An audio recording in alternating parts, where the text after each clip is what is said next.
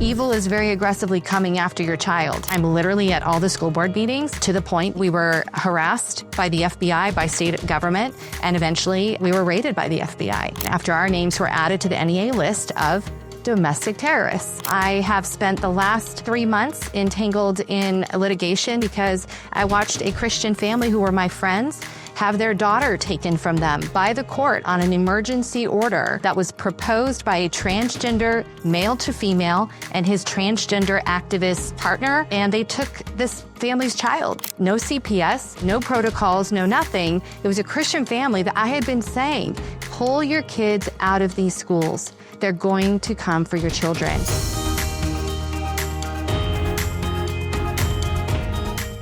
Welcome to another episode of Liberty Spenders. Today, we are joined by Sherronna Bishop.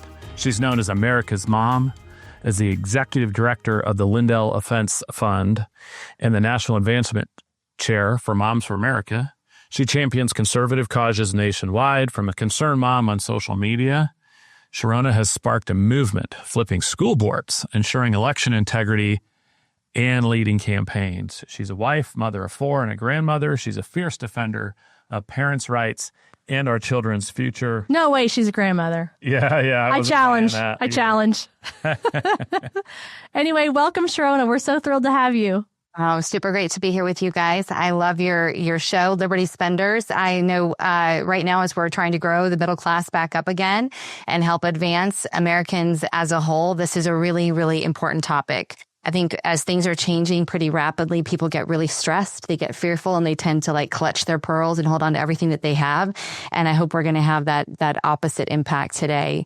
I think one of the best things we can do is really help people to learn to let go and really have trust and faith in what God is doing and stop listening to all the noise and all the nonsense. So I'm grateful for you guys because I know you cut through all the noise. So thank you for having me on today. Love it. Well, that's a great perspective to have and a great way to frame this conversation because, of course, you're a champion in this area and we so, value what you do and how you take the time to lead and to go into the battles. Yeah. I think it's funny. Chris and I were doing a school tour this morning, and today we're talking to America's Mom. And I know you've been involved in a ton of issues in our schools. And that's probably part of how you got started in all this. So tell us how you got into what you're doing today. What inspired you? What's that story that kicked it all off? You're exactly right. It was my children. I'm a mother of 4, and when my son was in 6th grade, we had them in a private charter school for a long time. It was a very conservative, America first, conservative policies and principles, very rigorous, very intense. Loved it.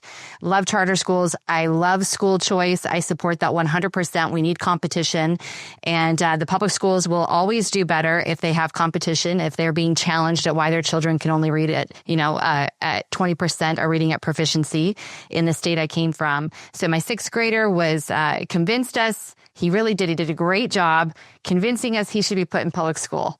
And we thought, they've got such a great foundation. We're such strong believers. It's going to be so great. They're going to go out there and be champions for Jesus in school. Yes. And it wasn't very, well, let me just tell you. Your check boxes fail because your children are spending 8 to 9 hours a day with people who largely don't share your perspective. 85% or more of teachers in public schools are Democrats. They're left-leaning.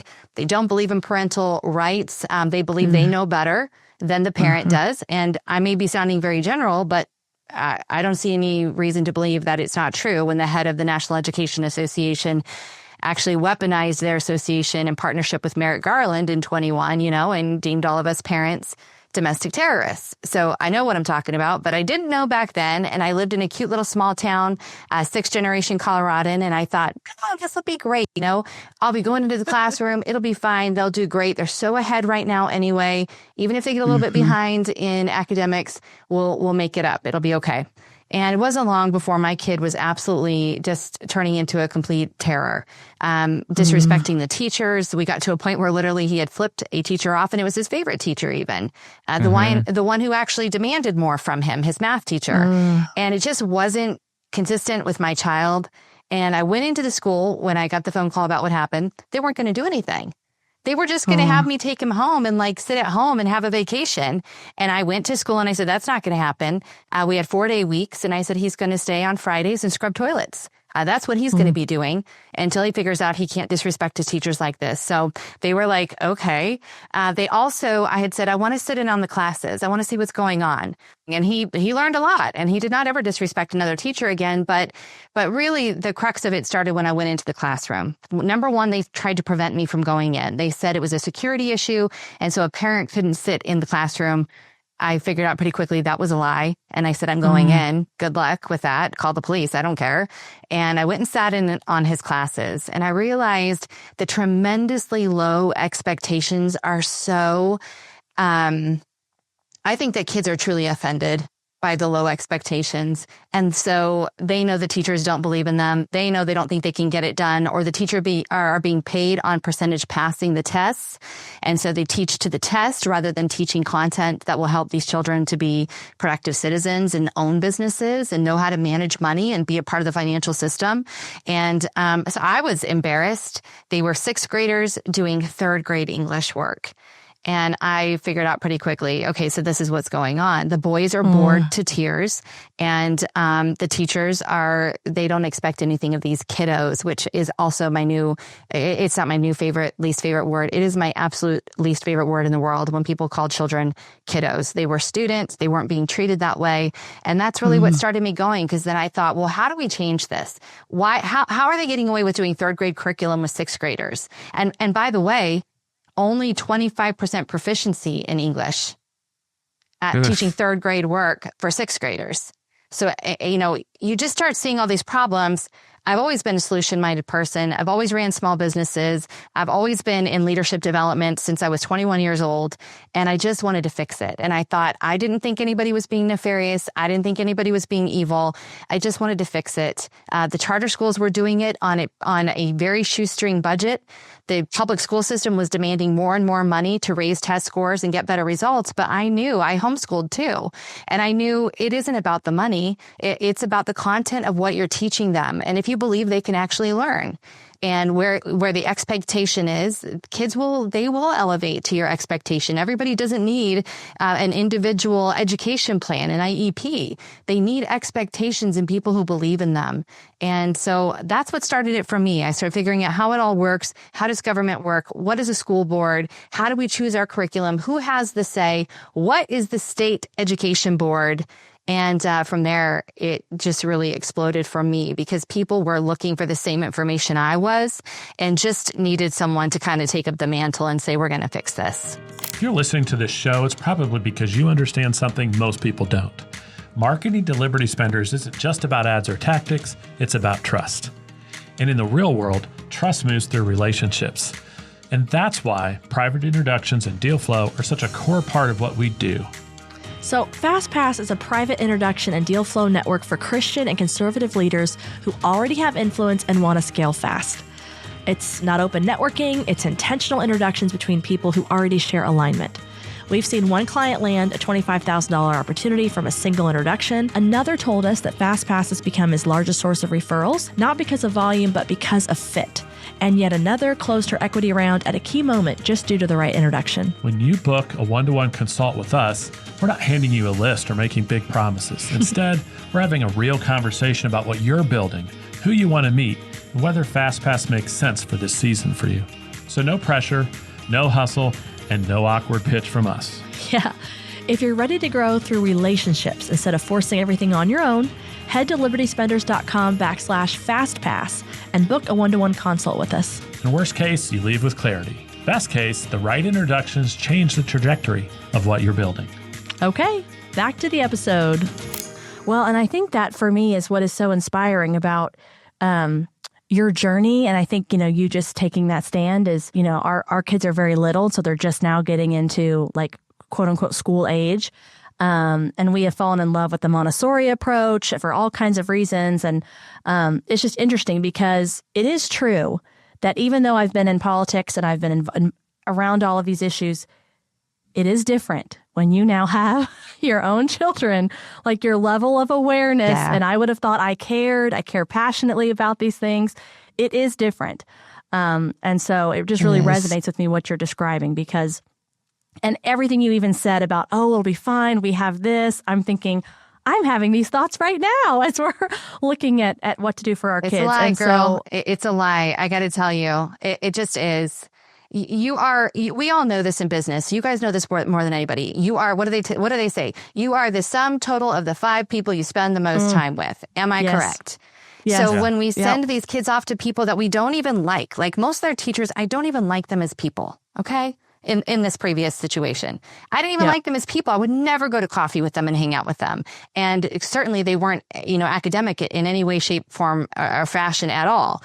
And so why was I entrusting my kids to them 8 to 10 hours a day, 4 to 5 days a week, and expecting that they were going to come home and, have the book of Exodus memorized? Do you know what I mean? Like, it's just really a fallacy. I think it's a tremendous amount of pressure also to put on children who are just experiencing this stuff for the first time.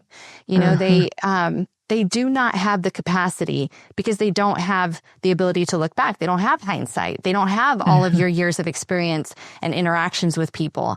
I think that the fallacy of protecting your children, sheltering them, right? That is the truth. We need to shelter our kids. We need to shelter them until they are mature enough to pick up these concepts that we've already talked with them about, that we've already had discussions about, that we've already argued about, that we've already, talked through, that they've already seen a lot of these things firsthand because you, the parent, are controlling the environment. And then we can start to trust them to make these big decisions for themselves. But I guess I hear it often, even still, by Christian parents.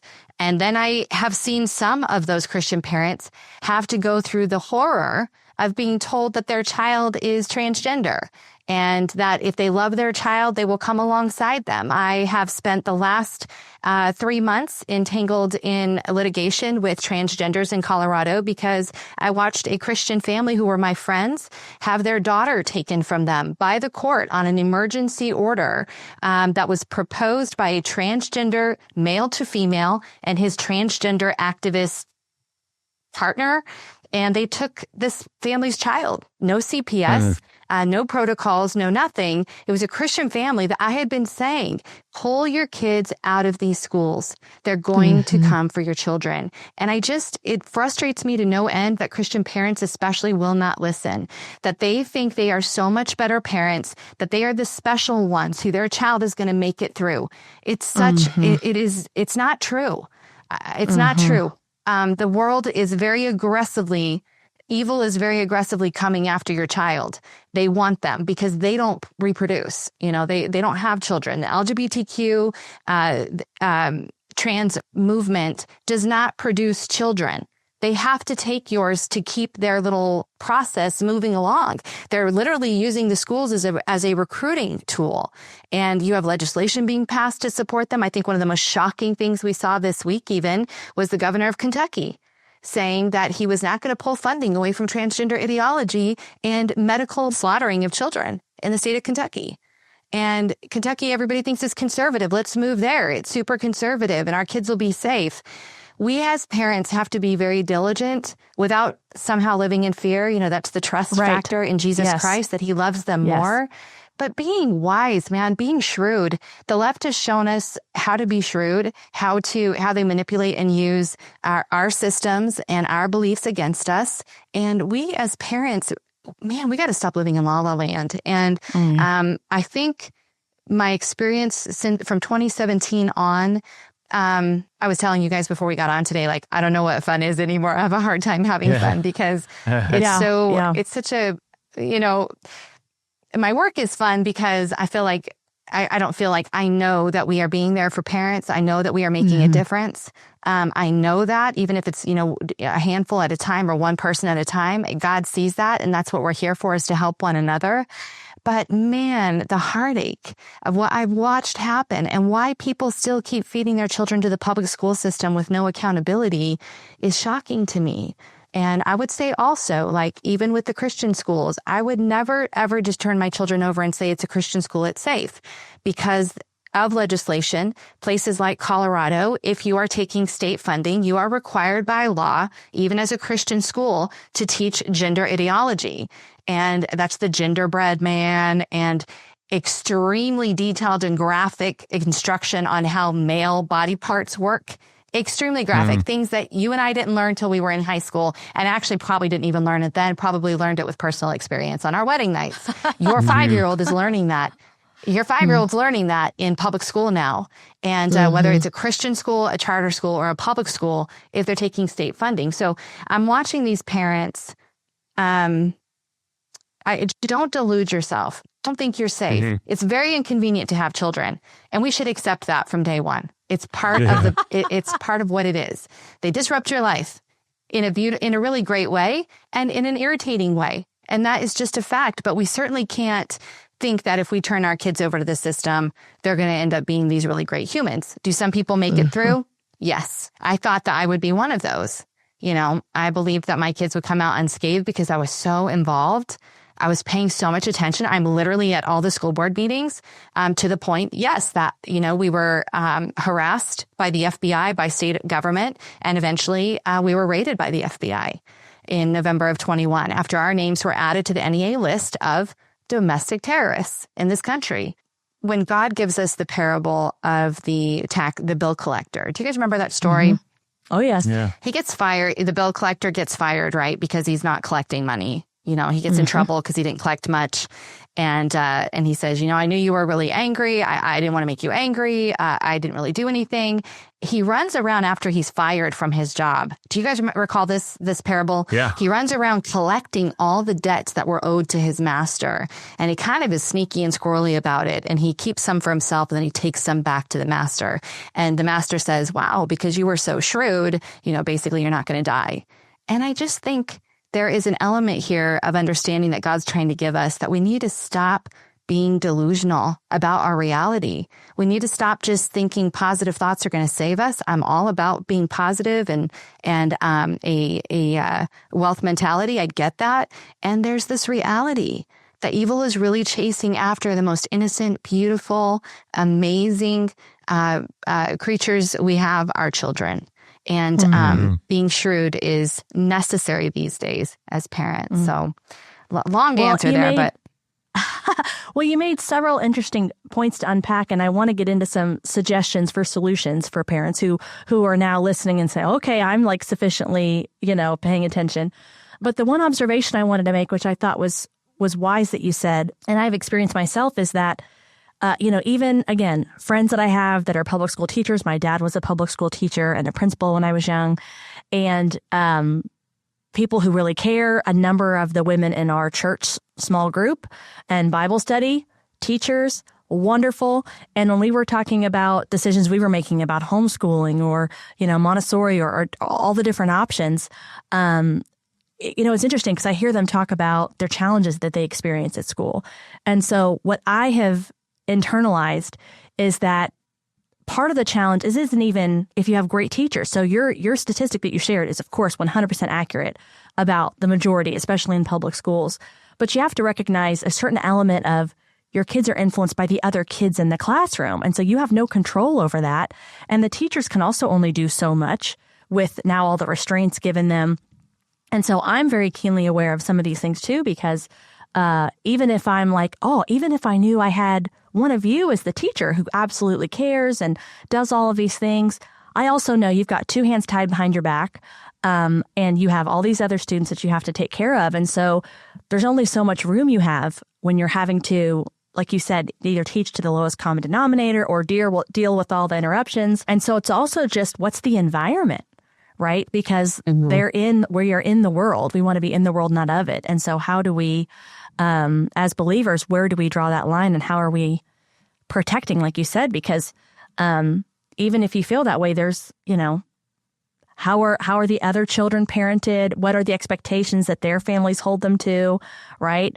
Because if they all have different standards, then that shows up in the class, and then that's their peer influence. Yeah, for sure. I have a little more flexibility with students with those relationships because as a parent, you can be more involved. You can be in the classroom. I did always make it a point to build relationships with the kids in the class that my kids were more inclined to be around. And it's a bit of a struggle once they start getting into high school years because they don't really want to hang out with you that much. So you just have to make a lot of food. You got to find different clever ways to like get around their peer group so that you can have influence and keep moving them in the right direction. It's not about our kids not making mistakes, okay? Because that's not a reflection necessarily on a parent that you're some bad parent because your kid did something stupid. I mean, I didn't teach my kid to flip off the teachers, okay? He knew that that is wrong. No, I mean, there's no way he didn't know at 12 years old, you don't flip off your teacher. You don't flip anybody off, but you certainly don't flip off your teacher, right? That was something that he was deciding to test the waters. And that's very normal, very natural for them to start testing things to see how far they can get, how they can push. The issue becomes the adults in the room who are allowing that kid to keep pushing and do not set firm boundaries. So even with, I've been there when little kids, 6-year-olds are throwing chairs, having complete and epic meltdowns. A child, I watched this happen actually, a child that was our neighbor and was in my youngest kid's class at the time, 6 years old. And at my house, he never acted like that. But I also spanked him once. I was like, oh, we're not doing that here. That's never going to happen here. Well, in class, the policies now across the country in public school settings anyway, mostly, is that you remove all the good kids and disrupt the learning, take them all out of the class. So this child can have an absolute meltdown, throw everything, break stuff while you have 5 adults standing around him, giving him all this amazing attention. It's so backwards in what you and I know about parenting children and just humanity. Like if you feed the beast, it will grow. Right. And that's how they choose to handle a lot of this stuff in the public school setting. And because there's low expectations and because they are teaching to tests and because teachers are given their raises based on test performance, it really is just it's a disaster. I really lay that at the feet of adults. Again, it's always going to be peers really matter. That influence really, really matters. It absolutely does. I have found ways though, as a parent and being invested in your community and being a part of things. My husband coaches the kids. We do build relationships with these kids because I also tried to isolate. I did homeschool for a couple of years. I really enjoyed it. And we made sure our kids were all in the sports and hanging out with other kids and stuff. But I think that at this time right now, if you have young children, especially I would say up to 7th grade, I really just would homeschool. It's so hard and everybody's got to make their own decisions. But if you're asking me, what's the best outcome you've seen, Sherronna? It's a bit of a hybrid. It's a bit of like, it's homeschooling, giving great foundation, being really strong and secure with your kid, getting them through the hardest parts, teaching them how to critically think, make sure that they know how to write in cursive, make sure that they've read through the Constitution many, many times. We had our kids memorize the Bill of Rights, make sure that they've got a focus and an understanding of how propaganda works. We literally taught our kids how to spot propaganda. And my husband asks them when they come home now from school, how were you indoctrinated today? It's our inside joke. And we sit and have conversations. I mean, this week they played a video of 900 billion years ago or whatever, the Big Bang happened and the world began. And the great thing about that is, you have ways. I realize we're not really necessarily doing a parenting talk today, and I would never try to tell people how to parent. I've been through too much with my kids. I know the checklist does not necessarily work. I really know that because you're dealing with individuals. Every kid has their own idea about stuff. They're each individuals. And so for that reason, I don't want parents to be completely burdened and fearful about the way that they're bringing up their kids. I do think that there is, you got to be shrewd and pay attention. And I do think that the majority of public schools are infestations for leftists and for grooming. So if you're in a state, I guess maybe we could just say this. If you're in a state where you're in a Democrat-controlled state, homeschool your kid. Because you're not going to get any relief. So let me ask you this. They're moving, yeah. So we know there's a lot of policies that are harmful to kids. There's a lot of things set up. So if a parent right now has some concerns, what's the first step you would suggest they take? to take some action or to find out more? You gave an example of sitting in on a class. What do you tell parents right now when they say, you know what, I've got some concerns. What should I do? First thing is always go to the teacher first. And I did all these things, just so you know, and it ended up exploding. That's okay. I still think you go to the teacher first. They're the ones that are spending the time with your kid. It may be a misunderstanding. You may have not gotten something right, or you may just have to remind them of the boundaries that they have as teachers. We're not teaching same-sex families as optimal family outcomes. Teachers have a lot of say individually over what curriculum they're presenting in their classroom. Okay.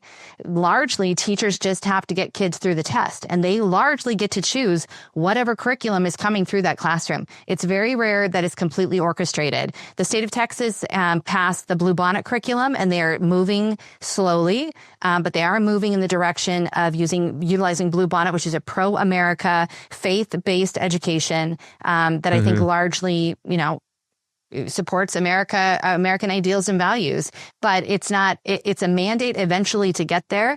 But most of the time, teachers get to choose how that child's going to learn about science to pass the test. Okay. So I would always go and talk with the teacher first, in my opinion, because I don't think people are nefarious necessarily.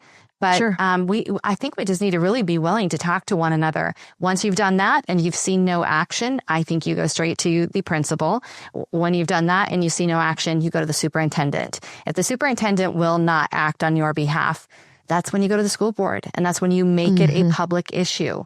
And that's what I love, that parents are doing this. They've been doing it. When we saw the explosion of the school board, clickbait and reels and all that, it was after they had exhausted all of these other things. And this is what makes it different, you guys. Kristen, as a mother especially, and Kurt, you're going to be like the big guns whenever Kristen comes home and says they're not listening to me. If dad has to come to the classroom, it's not a good day. It's not a good day, And when all the moms were rising up in 1920 and 21, it was because we were trying our best to keep this amicable, right? We always had a say over our children prior to 2019. Parents had always had the preeminence over education. We were always able to go in and talk with teachers, and the teacher would be like, oh, I'm sorry, let me adjust that. Until 2019. And something started shifting. Comprehensive sex education was launched across the country, and it just became very noticeable that they didn't give two cares what we had to say. And they would explain it away and not be required to change anything. It was very, very different. And great teachers that I talked with during this time told me the same thing. They didn't know what to do because it had always been that they were supposed to be basically at the will of the parent. And all of a sudden they were being told the parent doesn't know what they're talking about. This is what we're doing. And they'd not experienced that before. So I do think you always run it past them. And a lot of people did. And eventually we got to the point where we had to film and shame school board members for not supporting parents and not doing what was in the best interest of kids. And I want to give a huge shout out again to the state of Texas. I just worked as a senior advisor with Dr. Julie Pickren of the great state of Texas school board for the state. And we have now advanced the parents' rights curriculum that requires every teacher, administrator, everybody has to go through this 5-hour training on parents' rights, and that they are required by state law to protect that relationship. They do not get to say whatever they want to kids. They do not get to usurp the authority of parents. And the parent is the most important and valuable relationship, once again, in the life of the child. So, but my suspicion is that a lot of times, and I do this too. Okay. So I think this is true. And you let me know, you tell me, I get tired. I'm like, I got 50 battles going on here. And, when my son comes home to tell me that they didn't teach creation, but they are teaching this, 900 billion years theory as a fact. Of course, I know that that's against the law in the state of Texas now, but I'm like, gollies, and so we find ourselves choosing our battles and what are we really going to go to war on? And at this point, my war is trans ideology. I'm like, I look at my kid, I'm like, is it 900 billion years old? He's like, well, no. I'm like, well, did you speak up? And he's like, well, yeah. Okay, good job. I don't need to go because you did it. Good job. But mutilating kids, that's a whole nother thing that's going on across this country. Yeah. That leads to your work in school boards. And I know you had some things you wanted to ask about that. Well, our experience and you mentioned this about Kentucky, we're based in Indiana. So Indiana, There's no statewide elected Democrat. The Republicans control both the House and the Senate. In our home county that we live in, there's also not a single elected Democrat. And when we go to the public library, 5 minutes from our house during, quote, Pride Month, right, they're sticking books at our children's eye level for 2-year-olds and 3-year-olds. When you open them up, they say, Mom and Dad may have assigned you the wrong gender. And you're thinking, well, it was like which bathroom to go in, and it was down in the kids, like in the like toddler kind of area. It was, this is not what we expect in, yeah.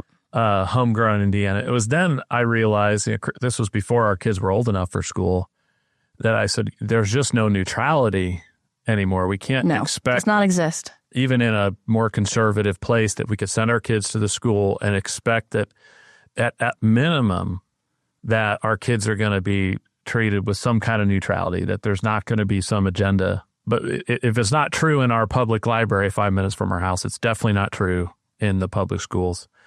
And especially as it pertains to trans ideology, we're part of, or have been on the board of, the Indiana Family Institute here. And I think at least 2 cases, they have supported legal cases where parents, or the state of Indiana, run by a bunch of Republicans, by the way, showed up and took kids away from Christian parents because they weren't going to affirm gender identity. And it's always some, well-meaning neighbor, activist or whatever, who brings this to the state's attention and affirms whatever the kid wants to do.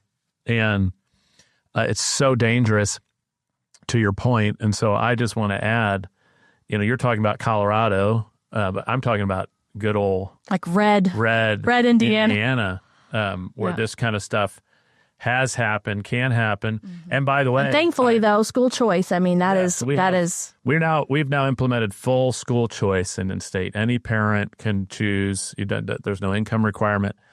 But, I love that's amazing. We were friendly with and very, very supportive of our previous Republican governor. I was shocked at how little that administration cared about the state taking kids away from Christian parents. It was shocking. And so sometimes the bureaucracy, can't be controlled even by our elected officials. So I appreciate what you're doing. You'd be amazed. I would want to see their donor list. I'd want to see, do they have a Reid Hoffman on there? Like, who do they have donating to their campaigns? Because that buys a lot of silence. Kurt, I think it's really important that we pay attention to who is giving these people money. I mean, even in South Dakota, there was a huge conglomerate of, LGBTQ who are controlling and dictating the government in South Dakota. If people want to join my party of conservatism and protecting the children, and they happen to be lesbian or gay, fine, you can join my party. But I shouldn't be required to join your party in order for you to join my party. Like, I don't need to do that. I don't need to all of a sudden support the things that don't promote the best outcomes for our society. And I think what is happening, and you tell me what you guys think, so this whole Southern thing is new to me, okay? So I come from the Midwest, and you just kind of tell it how it is. And usually that's been fine until the Biden administration. And then all of a sudden, you're not allowed to talk anymore. But that's kind of how I tend to be, because that's how I was raised and grew up. I didn't think it was rude. I just think you just need to say what you mean.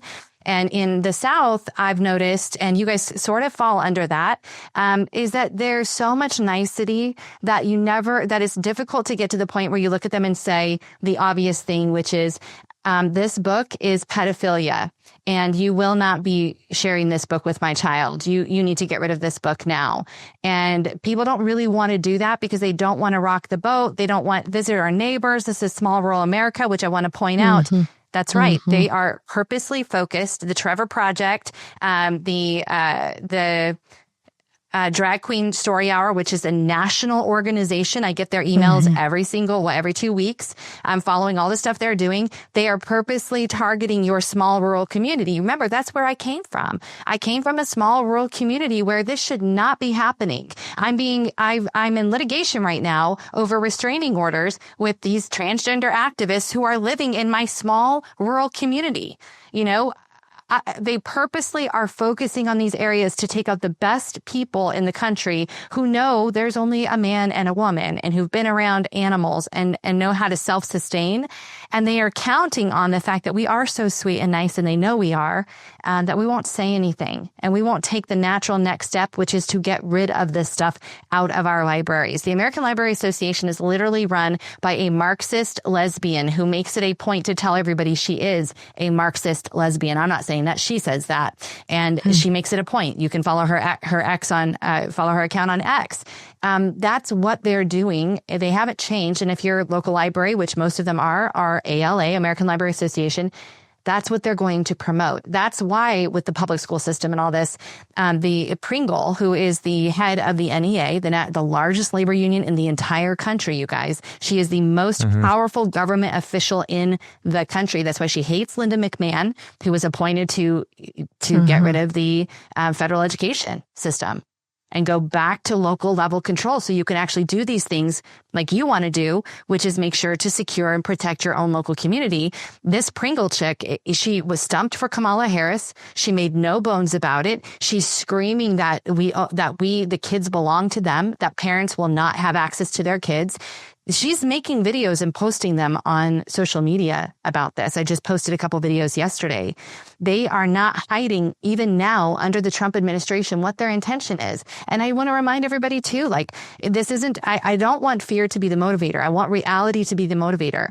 When this golden age of Trump leaves the White House, they have already promised, they being the left, I can't think of his name right now. I'll think of it in a minute. He has come out again saying that the list they're making is even longer, and they will go after every single one of us who rebuffed their Marxist ideology. And they're going to resume their planning, resume their schedule for all of us. What does that mean? I don't know. We got a taste of it in 21 and, all through 22 and 3 and 4. They don't have good in mind for us. And if we don't start speaking up now in the time of peace, really measurable peace, and where we have a president who's trying to give us everything we need to protect our kids, and we're not doing it. We're sitting back and going, oh, somebody else will pick that up. Probably one of the greatest things I saw in the last 2 months. Greatest thing I saw coming out of Mesa County, my former home, was a grandmother. I'm pretty sure she's a grandmother who had gone into the public library. She took all the books, all the transgender ideology books, and she stole them. Never to bring them back to the public library. So they did a public, I'm not kidding you guys, they did a public, find this woman. We're looking for a woman who stole all the trans books. And we are all unsung hero here. That's what we need. I mean, this is ridiculous.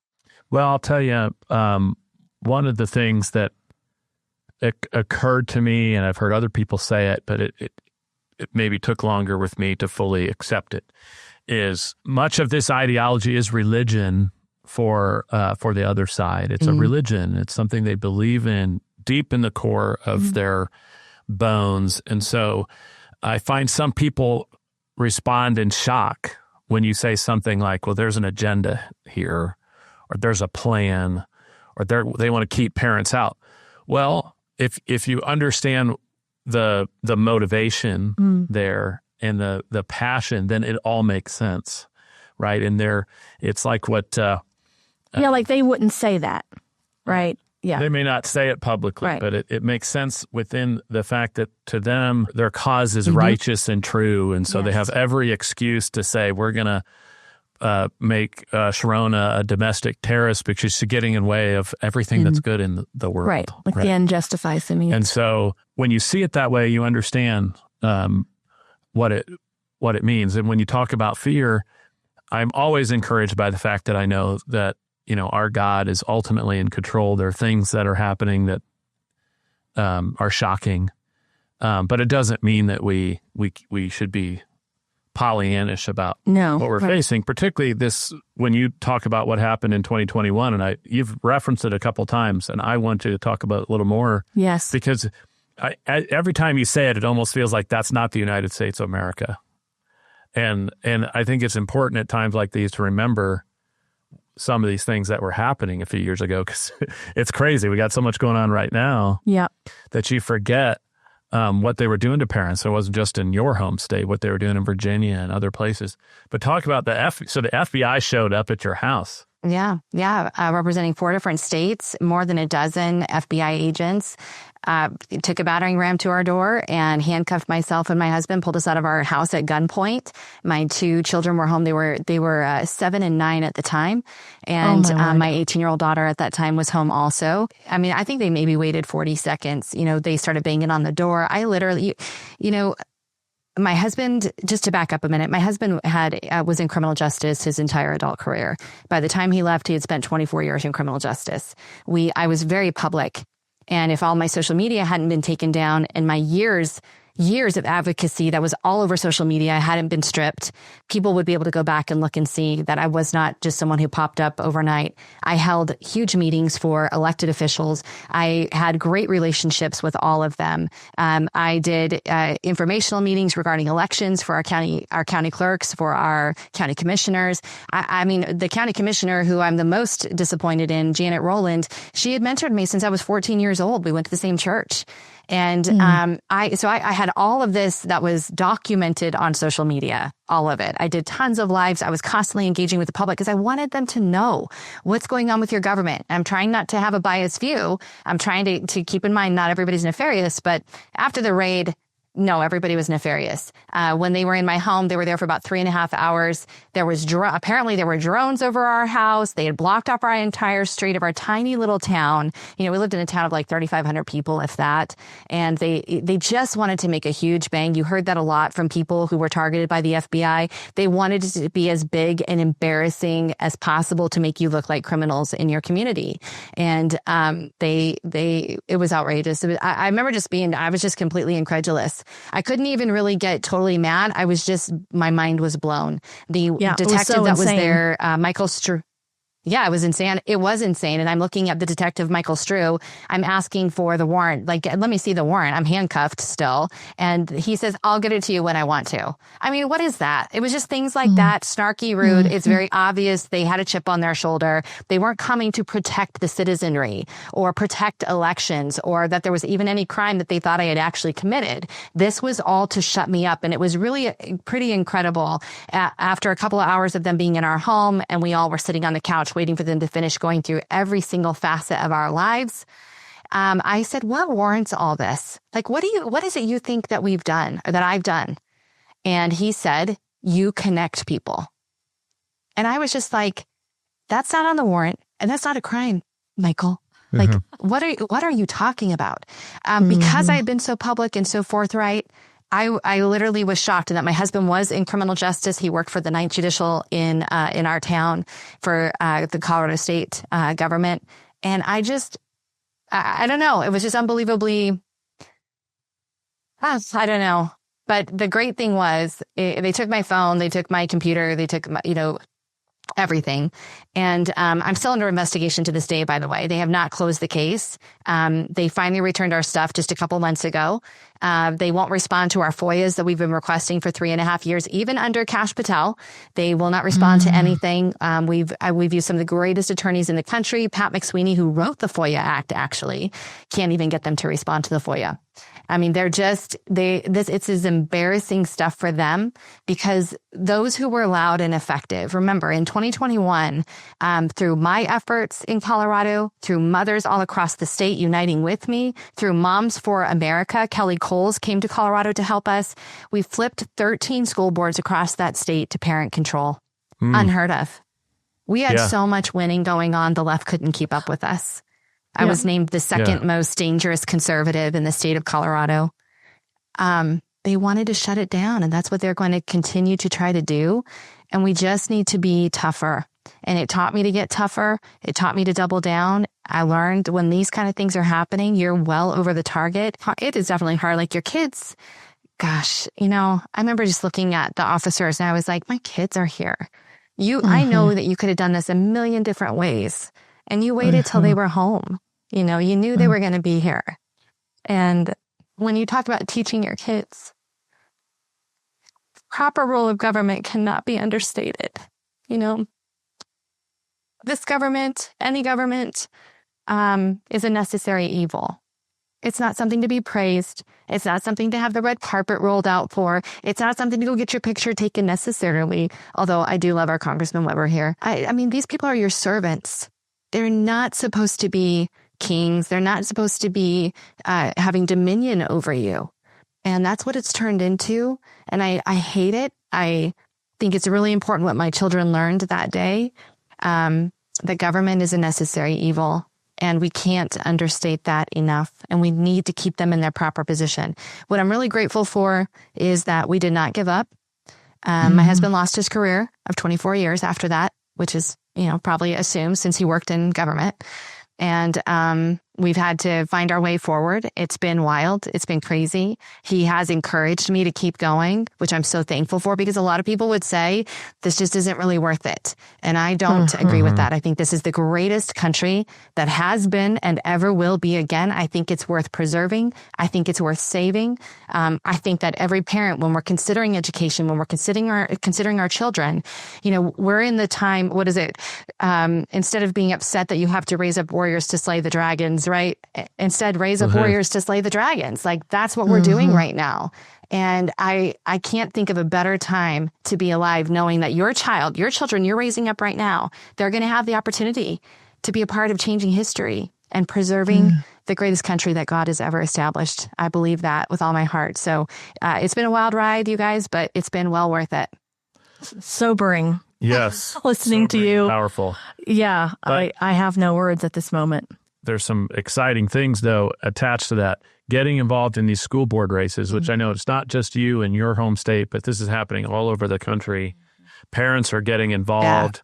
School board races, which used to be yawners. Yeah. And these school boards, nobody knew who was on them. A bunch of ex-teachers, rubber stamping, whatever it is the local school district wanted. And now all of a sudden parents are getting involved and all over the place. And exciting what you did. Did you say 30 school districts? 13. 13. 13 is big enough. Yeah, the lucky number 13. And is that something you continue to be involved in? So I moved out of Colorado. We finally, after my husband lost his job, we needed to go to a place where you can afford to live. Because if you've seen Colorado, Jared Polis has destroyed that state. It's just an absolute disaster right now. And you really can't trust any of the systems with your children, period. You just can't. The stories coming out of Colorado are just horrific. And right now, thankfully, President Trump is pulling every single federal dollar from that state that they possibly can. And I'm grateful to see that, because they've been able, and these leftist states have been able to take their funding and do these crazy programs and do after school programs to entrap kids. So I'm glad to see it. I moved to the great state of Texas. I've gotten involved right away here. I am in a very, very small town where we keep a close eye on everything going on here as well. And people know. With Moms for America, I've worked with them for a while now, obviously, and we have launched a national support line for parents. And I wanted to put this out there. We've had more calls than we can possibly handle. A lot of times we're doing just encouraging parents and pointing them in the right direction in order to protect their kids. But if you guys don't mind, I would love to just share the number for this to those who are watching and listening. Yes. If you have anybody who is going through this and they're dealing with trans ideology or, GSA, LGBTQ, grooming happening with their kids, we have a support line for parents. And this is, again, I started it independently. I took it to Moms for America and they said, we're doing this. And the number to call for anyone who is needing help is 1-833-42-PROTECT-KID, because it's the individual that matters to us. And if we can protect the individual, we will be able to protect everyone at large. So that's 1-833-42-PROTECT-KID. And just God bless Moms for America for taking this on. That's great. And I think a powerful tool. And I'll comment a little bit on that, because that's in the experiences that we've had in Indiana with the family institute that we were involved in, is parents just don't know what to do. And there's no one to call. They finally find the family institute, 6 months into their drama, so absolutely essential. But it's so important, I think, the work you're doing. But I think this is a good time to do our lightning round. We do our same 3 questions for every guest. The first one's a little more serious, but we're trying to figure out if we can get all 3 questions answered in 90 seconds each. So we're on the honor system. There's no buzzer. Okay. No buzzer. Okay. Okay. I will keep it tight. I promise. Go ahead. Yes. Shoot. The first one is about legacy. We like people to picture hopefully many decades from now, you're in your bed, you're looking back on your life, and you're thinking, how do I know that I had a life well lived? I have spent a couple of decades thinking about this. And for me, I'm living for an audience of one. And I really need to be able to know that what I'm doing is in line with what God wants me to be doing. I think I don't make decisions based on fear. I don't make decisions based on possibility. This whole thing has been such a test of that, from marriage, getting married young, starting a family, and entering into political advocacy. So a life well lived to me at this point, I spent a lot of time thinking about this, is number one, I was responsible. I didn't allow myself to be a victim of anything. I took everything as an opportunity to advance whatever it is that God has asked me to do, period. And if I see my kids living that same way, which, by the way, I do see them living that way, all of my children, then I know we are building a legacy of people who are going to go out and do amazing things. Production, making sure that I didn't allow anyone or anything to keep me from being productive, to creating those things that are going to last beyond me for generations to come. And we're doing that right now as well. In fact, we've just started our foundation thanks to my husband. So we're going to look forward to seeing that grow and watch our children and be inspired and continue that work on. And then last of all, it really is about my kids. It is about them. It's about what they're doing. And as I see them getting married, loving God, getting married, and having lots of children, that's a message that we have lived. We've advocated to our kids. Then we win. That's a legacy. Wonderful. Love that. All right. Now for something completely different. 90 seconds on any topic that's been interesting you lately. It just needs to be off topic from what we've been talking about. Maybe it's a hobby you're into, spiritual insight, good book. Maybe you want to cheer on the big Seahawks Super Bowl victory. What's got you down the rabbit hole?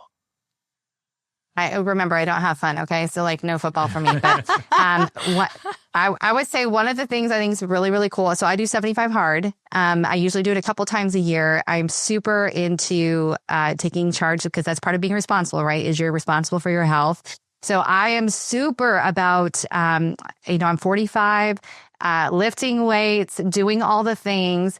I've worked with a wellness company for years. I've worked in the fitness industry since I was 15 years old. So it's not completely shocking. But what I love, I guess what I would really say for everybody, no matter what, to be able to do all these things that you want to do, you're creating your legacy, you're being there for your kids. You have to be in good shape. You've got to be mentally fit. You need to be reading books. I read a couple of books every month. I'm in the middle of a couple different ones right now. Investing 101, because I don't know anything about finances that much. I mean, I do, but I don't. And I wanted to go back and see what do people, what is the narrative on finance? And then an incredible book that goes along with 75 Hard is The Frontiersmen by Eckhart. Oh my gosh. Talk about dispelling myths about the history of our country. Oh my gosh. You guys, anything by Eckhart, I will read now. The Frontiersmen, it's super long, but you can't put it down, because it's true heroes, true specimens, by the way, probably the most healthiest people there have ever been in our country at that time. And it's just absolutely incredible story of how the West expansion really went down. It's so amazing. And it makes you really respect Indians, and also realize they fairly got, they lost. Okay. They lost. And I can't I don't know what to say. I'm reading the original documents about what happened from their perspective also. And I'm just wow, some people could really say, okay, we lost really. And then others, today don't know their history. And so they say they were, victims. The Indians were not victims. It's such an incredible story. And I feel, very, very important. So health, fitness, keep your brain going, lift those weights, take creatine. Yeah. Well, Jeff Kirkham, former founder of Black Rifle Coffee Company, who was on our podcast, also an author, also recommended The Frontiersmen to me. And so... Well, Jeff, I need to call Jeff after this. Yeah. Yes. Yeah. So I That's a good memory there, Kurt. Maybe it's time. Well, I put it in the Amazon cart, and it's been there. The thing about it is, you will have no excuse. You will have no excuses left for your life after you read The Frontiersman. You will be like, what am I doing? What am I doing? Like, what am I doing? My life is so easy. It's so easy. And it will just it'll inspire you so much. Yeah. Yes. Yeah. Well, all right. Did we hit him? Yes, you did. But we're going to do one last one. And you choose here because you're involved with Moms for America. You're involved in the Lindell Fund. Do a good 90-second pitch for whichever one of the things. Like, we're here to support you with some gratuitous self-promotion. That's what we like to end every episode. We're here to, Yeah. So who are you? What do you do? Who should be finding you? How do you help? That sort of thing. Well, the FBI did help me to secure my identity. I am the best connector out there. So you can find me on LinkedIn. TCI Limited is our company. And then I am the executive director for the Lindell Offense Fund. This is super important work because this funds the grassroots efforts across the country to secure elections locally. Obviously, we want to return to paper ballot hand-counted elections. Go to lindellplan.com. That's 2 L's, Lindell plan.com. And then for all the mothers out there who are trying to engage and kind of find their place and find their niche and really want to be connected with other like-minded mothers, or you're feeling like you want to start something, like you got that burning in your belly, you're like, I want to start something locally. One of the blessings of Moms for America is that they are not controlling. They're not dictatorial at all. They really encourage your ideas. What do you think should come next? But there's tons of resources and tools. So go to momsforamerica.com, sign up to be a part of things, and we will absolutely engage with you. It was one of the hardest things after that raid at my home was who was going to stand by me, because you're automatically a criminal. And Kimberly Fletcher with Moms for America, Mike Lindell, they didn't even waver, never blinked for a second. They said, this is amazing. Let's keep going. And so support them for sure. LindellPlan.com, Moms for America, if you want to get involved. And then you can reach me personally at TCI Limited. That sounds great. And it's been such a pleasure having you on. I always know when I've had a great episode when I check down and see how long we've recorded. And I think, wait, I thought we'd been going for 20 minutes. Oh my gosh. This has been great. Thank you so much. The gift of gab, I think Kristen and I have that for sure. So thank you. Well, appreciate you guys and all you do. God bless you. Your energy and passion is infectious. And, I'm not usually lacking for passion, but I feel reignited on these topics just after talking to you. So if I could, awesome. I know this is a little unorthodox too, but if I could just share some encouragement with you, Sherronna, what you do matters. Yeah. And I know that you know that, but I just want you to keep your head up and know that there are people that are praying for you and praying over these topics and praying over your family. And you are now on my prayer list. And what you do is it's really, really important. And so just hearing you share your story, I just can't imagine what that would have been like. And so, but it matters. And the ripple effect that you and others like you are creating should not be understated or passed over. I appreciate that very much. Thank you. Yes. Thank you. Yes. Appreciate you guys. So thank you so much for joining.